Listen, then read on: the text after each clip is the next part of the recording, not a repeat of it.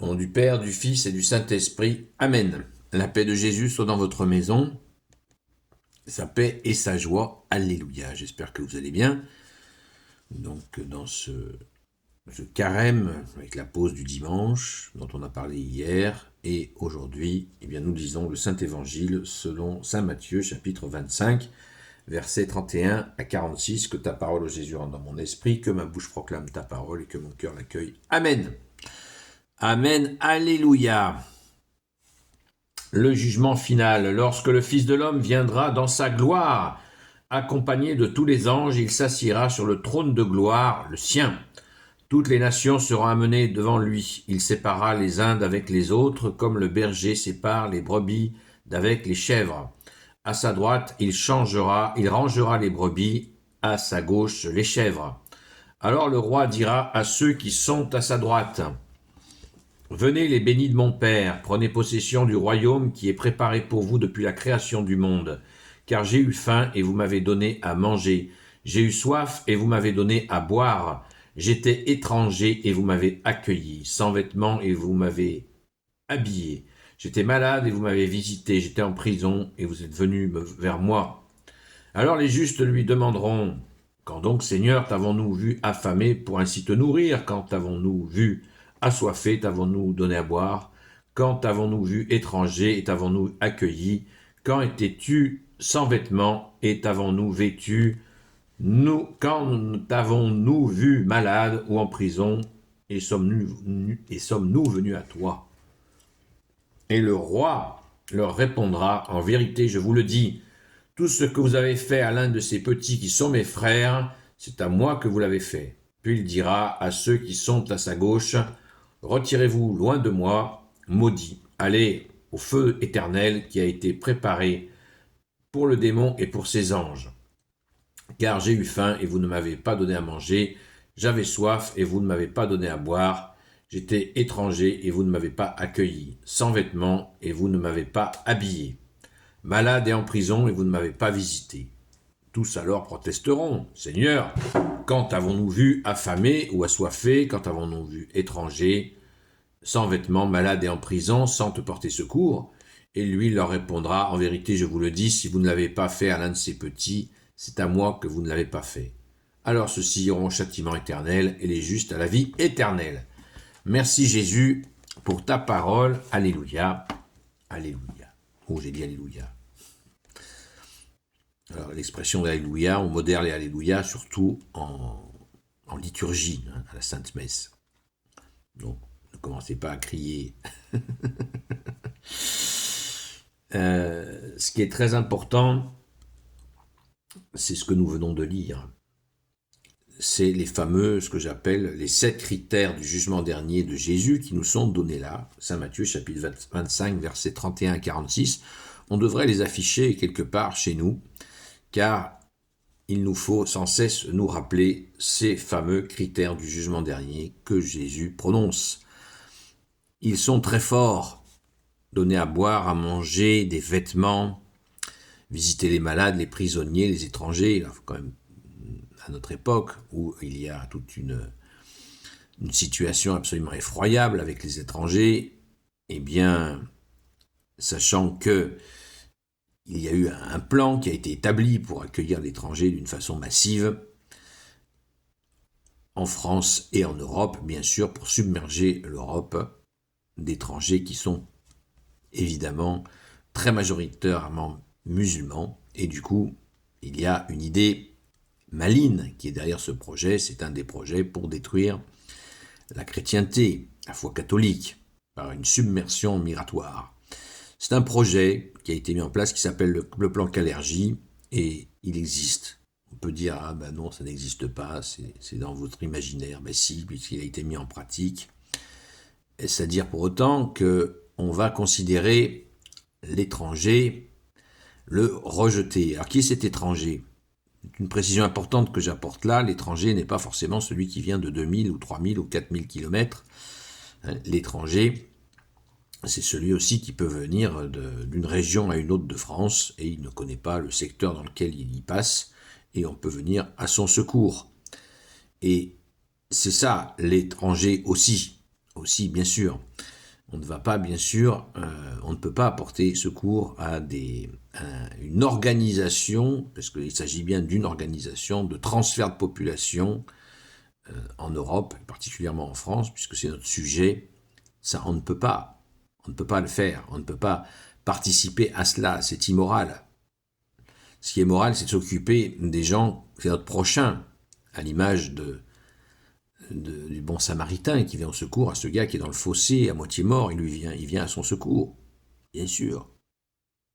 On lui porte secours.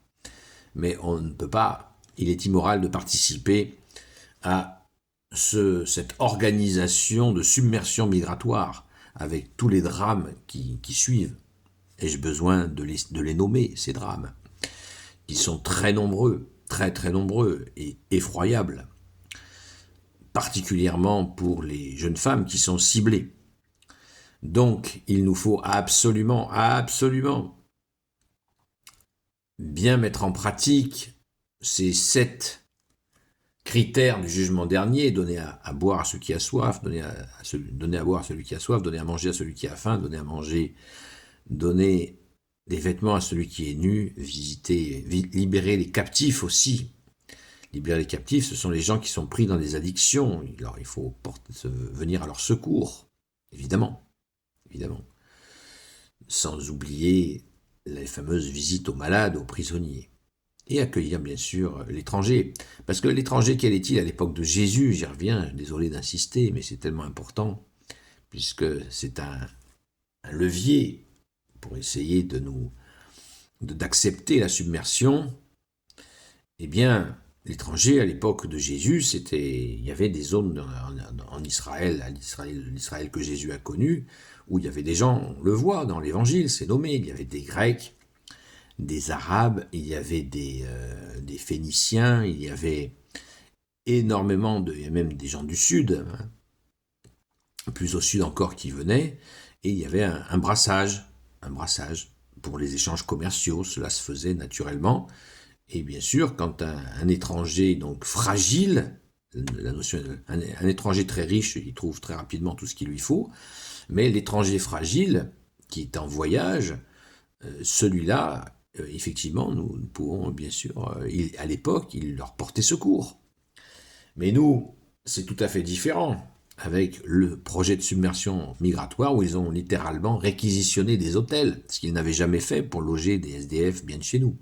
Donc là, on a la signature de l'attitude républicaine qui veut détruire la foi catholique par cette submersion. Voilà, c'est de la grosse ficelle. Des gens l'ont compris, il y en a qui refusent de le comprendre. C'est leur affaire. Mais j'espère qu'ils ne comprendront pas, comme certains le font, quand ils sont dans la situation que je ne décrirai pas. Voilà. Donc, agissons ainsi, discernons, d'ailleurs c'est exactement le même discernement pour les gens, donner à boire et à manger à ceux qui ont faim et soif, habiller ceux qui sont nus, il s'agit bien sûr de le faire, mais aussi avec discernement, parce que de nos jours, avec les aides sociales qui existent depuis des années, eh bien il y a des gens qui sont sans travail et qui bénéficient des aides sociales et qui gagnent plus d'argent par justement ce qu'ils font, ce qu'ils ne font pas. Ils ont une aide sociale et ils s'organisent pour mendier ou faire quelque chose comme ça et ils arrivent à doubler leurs revenus et gagner plus que quelqu'un qui a un petit travail. Sérieux ça? Est-ce moral de soutenir cela? Non. Non, et ce que je dis, c'est factuel, c'est tout à fait factuel. J'en ai eu des démonstrations évidentes. Donc on doit sans cesse être dans la vigilance, afin de venir en aide à des gens qui en ont réellement besoin. Réellement besoin, oui. Et je pense qu'il faut faire cet effort-là. Est-ce que tu as faim? Oui. Alors je t'achète à manger sans aucune hésitation. Quelqu'un qui grelotte de froid, je lui amène un café ou je laisse le choix. Je lui dis, tu veux un café ou un chocolat chaud? Puis je rajoute quelques biscuits avec pour que la personne puisse se réchauffer un peu. Voilà. Ça, oui, on peut le faire, mais il faut bien vérifier que ce n'est pas un arnaqueur ou une arnaqueuse.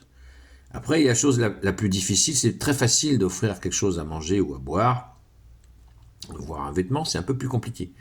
Une personne qui est dehors et qui a des chaussures trouées, on lui demande sa taille de chaussures et puis on va voir une organisation d'aide catholique prioritairement et on va demander s'ils ont une paire de chaussures.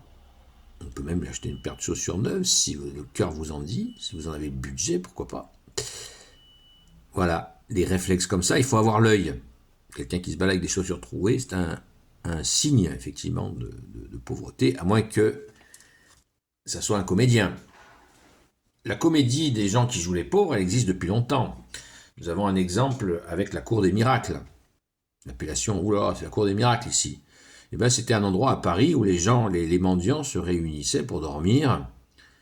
Et tous ceux, donc il y avait des faux aveugles, des faux boiteux, etc., des faux muets. Et quand ils se retrouvaient tous ensemble le soir, justement dans ce lieu pour dormir, eh bien ça a été nommé la Cour des Miracles, parce que du coup leur handicap avait disparu.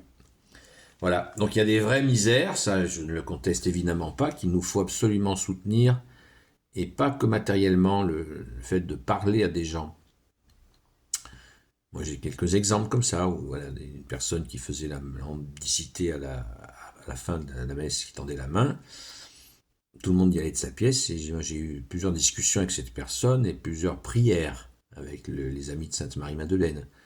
Et cette personne a trouvé, par la grâce de Jésus, une solution à son problème de logement, qu'elle n'avait pas. Donc c'est bien la prière et d'inviter cette personne à déposer au pied de Jésus sa misère, afin de recevoir la grâce. Parce qu'il y a des gens qui sont dehors et qu'il y a des raisons, je ne m'étendrai pas sur le sujet, car c'est des raisons personnelles, mais il faut aussi une écoute. Une écoute est très très important. Écouter les gens, passer un petit moment à écouter quelqu'un qui justement est dans la rue. Pourquoi t'es arrivé là? Sans tomber dans un interrogatoire, mais proposer à la personne de remettre sa misère à Jésus et ainsi d'être libéré de cette situation. Oui, ça c'est beaucoup plus difficile que d'amener à manger, sans même vérifier si la personne elle est plus riche que vous. Voilà, donc je ne suis pas du tout en train de dire qu'il faut rien faire. Ça, c'est pas du tout mon propos. Mais soyons très très très vigilants. Les arnaqueurs sont très très malins. Très très très très très très très malins. Avec le malin, évidemment, qui s'y met. Parce que pour le diable, tromper un catholique dans sa charité, gâcher sa charité, ça c'est son plaisir, évidemment. Donc, rendons grâce sur ce que nous venons de lire. Il y a plusieurs interprétations dans l'Église. On y pioche. Il y a ceux qui disent qu'il y aura bien cette séparation. Donc cette séparation, il y a ceux qui ont fait le bien, donc qui iront au paradis sur la droite, le côté droit, c'est intéressant. Ça n'a rien à voir avec la politique, c'est le côté spirituel. Et le côté gauche, c'est le côté matériel, mais vraiment lourdingue, et qui peut effectivement mener en enfer. Est-ce que donc cette classification donne Jésus ne doit pas nous faire oublier que nous sommes parfois mélangés entre le bien et le mal. Qu'on a des fois comme disait un prêtre, dit et bien dit, quelques compromissions avec l'ennemi et qu'il nous faut faire gaffe. Attention, d'ailleurs le carême est fait pour ça. Soyons attentifs à ne pas tomber à nous écorcher vifs, mais à être vigilants, car l'ennemi rôde pour essayer de nous emballer. Et c'est le sens du carême, c'est la conversion. Pour ceux qui ne l'ont pas encore fait et qui auraient envie de le faire, vous pouvez aller voir ma vidéo où je dis « Entrée en carême 2026, pourquoi faire ?» où j'explique un peu les bases, à mon avis, du carême, voilà, sans prétendre de tout faire et tout connaître. Merci Jésus de nous aider dans ce projet de conversion que Jésus nous souffle. Jésus nous souffle la conversion qui est nécessaire pour nous en ce moment, pas hier, pas demain, la conversion, qui est nécessaire. Alors écoutons-le. Merci Jésus d'être le roi de gloire, le Dieu de nos vies. Amen. Gloire au Père, au Fils et au Saint-Esprit, maintenant et toujours et pour l'éternité. Amen. Ô Jésus, toi qui peux tout et qui porte tout, toi le Sauveur, toi l'Emmanuel, je te confie toutes celles et ceux qui regarderont cette vidéo, ainsi que leurs proches, selon ta seule volonté, ô Jésus. Sainte Marie, Reine des cieux, toi l'Immaculée Conception, toi qui écrases le serpent, toi qui es la lune sous tes pas, toi notre Mère, Notre-Dame. Saint Joseph, toi le juste et le saint, toi le sage, toi la terreur des démons, toi le saint gardien de la Sainte Église catholique et apostolique. Sainte Marie-Madeleine, notre chère sainte patronne, et vous tous les saints et saintes amis de Jésus, Saint Michel Archange, Saint Gabriel Archange, Saint Raphaël Archange, et vous tous les anges qui te servent au Jésus, je vous confie toutes celles et ceux qui regarderont cette vidéo, ainsi que leurs proches, selon ta seule volonté, au Jésus. La paix de Jésus soit dans votre maison. Ce soir, on reprend les directs, 20h à 22h, comme d'habitude. Ça va faire 3 ans, donc, que ce TikTok est en route. Donc, à ce soir, à la grâce de Jésus. À très vite.